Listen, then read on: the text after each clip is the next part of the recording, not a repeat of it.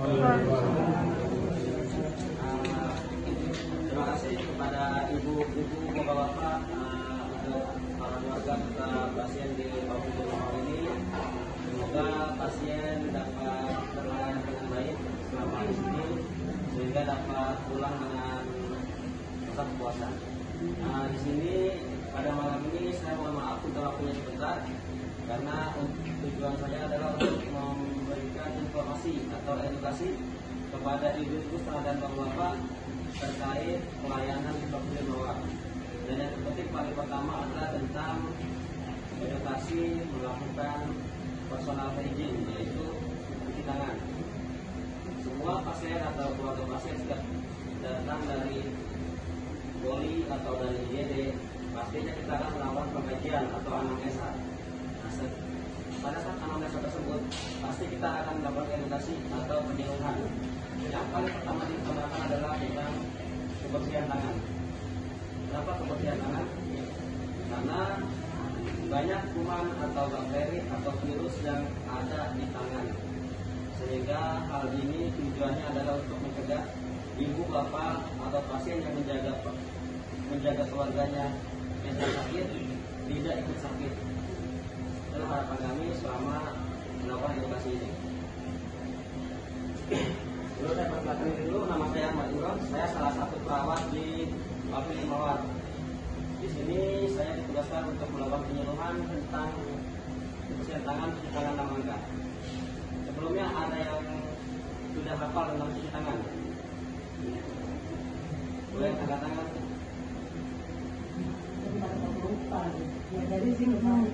Ya, pasti diajarin. Cuman kalau misalnya hafal atau enggaknya ya nggak apa-apa, itu namanya manusia, pasti ada lupanya. Cuman ini tujuannya adalah supaya keluarga pasien atau pasien di sini tidak terjadi infeksi silang. Misalnya pasien masuk dengan usus buntu, tiba-tiba terjadi diare. Nah, ini bisa terjadi, bisa saja mungkin karena kontak dari tangan yang kotor. Jadi maka hal itu tidak diharapkan. Ketika pasien pulang dengan usus buntu, maka pulang selesai post op usus buntu. Jangan sampai ada penyakit penyerta lainnya. Itulah harapan kami. Oke. Nah, di sini ada pepes.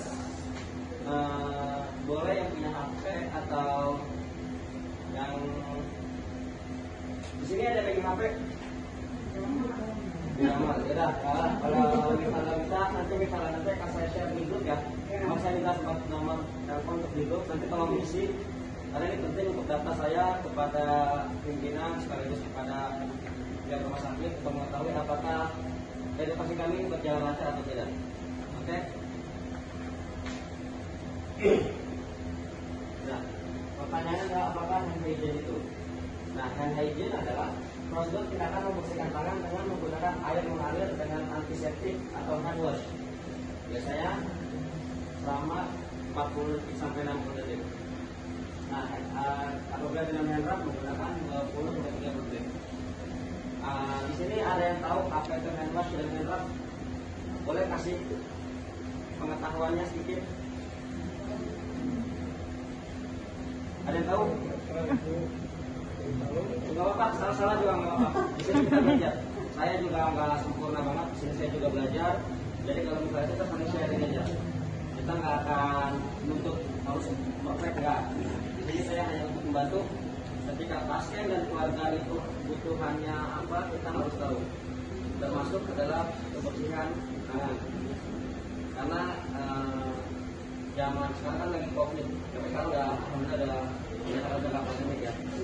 Untuk itu kita mengharapkan hal ini tidak terjadi sama ibu, bapak serta keluarga kalian. Makanya dengan itu kenapa harus cuci tangan yang paling penting?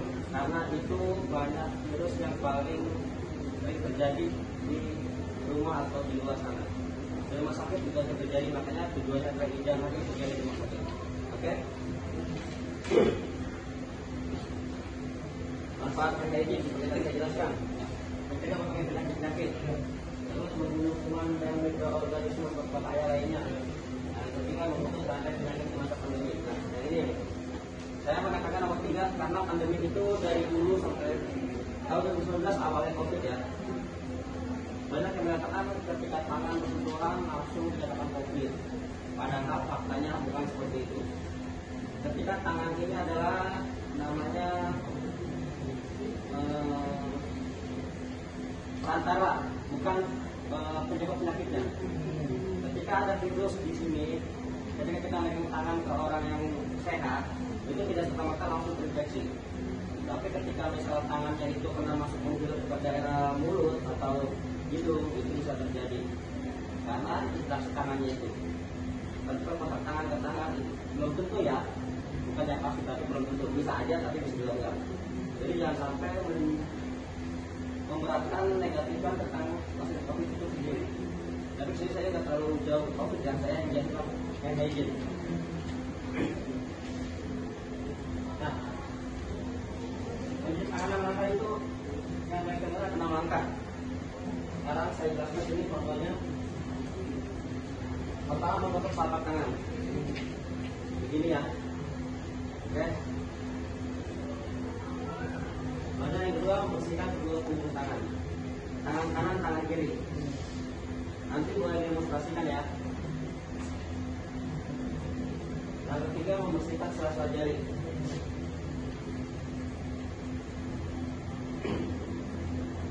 Yang keempat, membersihkan punggung jari atau kunci. Posisi begini. Yang kelima, membersihkan punggung jari jempol dengan cara memutar.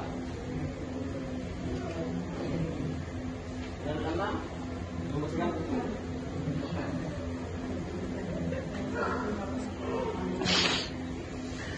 Di sini saya juga punya request, cuma saya kalau share secara tertulis, tapi saya secara barcode ini nanti bisa di barcode, akan saya kirim ke oleh di kayak saya pernah share sih di grup, jadi nanti akan saya kirim lagi. Nah, ini video saya coba putarkan ya, mudah-mudahan bisa. Oke, boleh diteman-teman ya.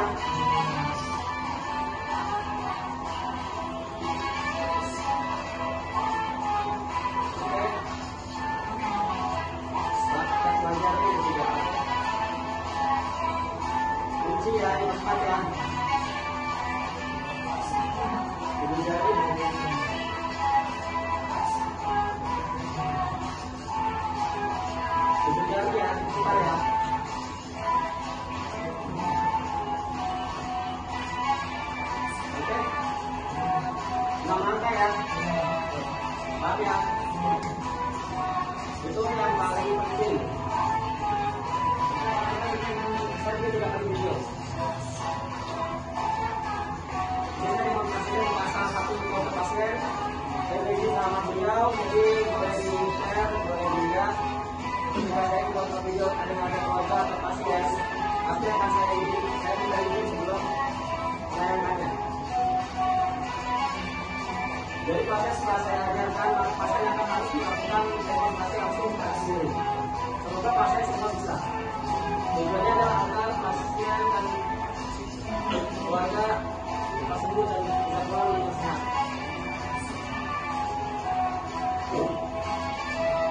Dua kali lagi ya, saya 2 kali video ini. Saya tanya semuanya bisa, intinya semuanya bisa. Saya yakin aja semua. Oke, tangan ya. Dulu tangan kiri. Rasa jari ya. Oke, kunci yang keempat ya. Kunci jari.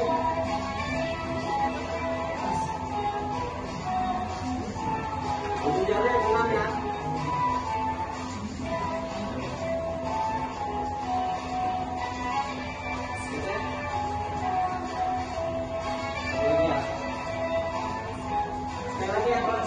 Kalau bisa semuanya ikutin ya, di praktekin semuanya. Oke,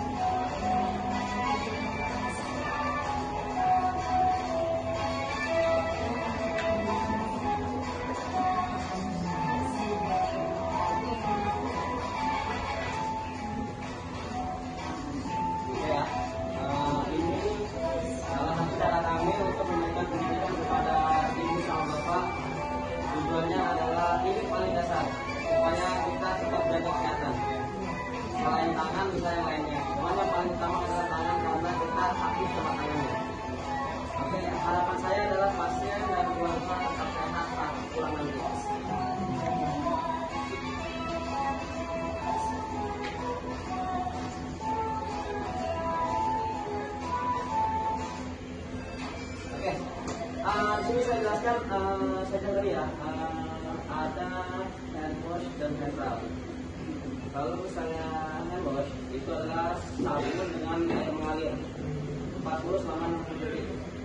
Kalau misalnya pakai hand rub yang kayak di gantung-gantung di dinding, itu bisa 20 detik sampai 30 detik. Hitungannya kalau misalnya pakai hand wash atau pakai air sabun mengalir 8 kali 1 sampai 8. Boleh sampai 6, sampai 7 atau 8 bisa. Atau yang misalnya pakai hand rub boleh 1 sampai 4. Boleh 4 atau 5. Misalnya untuk telapak tangan 1, 2, 3, 4, 5 pakai hand rub. Boleh 1, 2, 3, 4, 5, 1, 2, 3, 4, 5, 1, 2, 3, 4. Coba 20 sampai 30 detik. Oke. Maksudnya bisa juga punya post test, cuman nanti kalau nggak ada yang HP nggak apa, kita skip aja dulu untuk post testnya. Nanti saya share di grup aja ya. Nah, ini tambahannya gelang identitas. Pasien punya gelang identitas ada 5 macam. Dijelaskan biasanya pada saat di IGD atau di poli atau di penjadwalan. Semuanya pakai dagangan ya kalau untuk pasiennya. Dan kalau pasien juga harus tahu untuk biasanya nanti mencegah terjadinya malpraktek atau kesalahan pemberian obat. Yang pertama adalah gelang warna kuning. Tujuannya adalah itu gelang untuk risiko jatuh. Pasien yang dengan kondisi umur di atas 65 tahun atau dengan pasien dengan cedera tertentu atau nggak mampu dia berdiri atau berjalan, biasanya dia menggunakan gelang warna kuning. Tujuannya adalah mengetahui bahwa di dalam perawatannya atau masa perawatannya itu dia butuh perhatian khusus. Biasanya di ruangan kita atau tempat tidur ada yang namanya entel, penjaga ya, buat dia tutup nanti biar dia nggak terjatuh pada saat tidur. Yang kedua warna pink. Pink warna apa? Ayo ada yang tahu? Apa? Ya, betul. Gelang pink warna identitas wanita. Gelang biru identitas nama laki-laki. Di sana juga hanya tertera nama saja. Ada tanggal lahir, nama dokter. Jadi kalian pasien wajib tahu nama dokternya.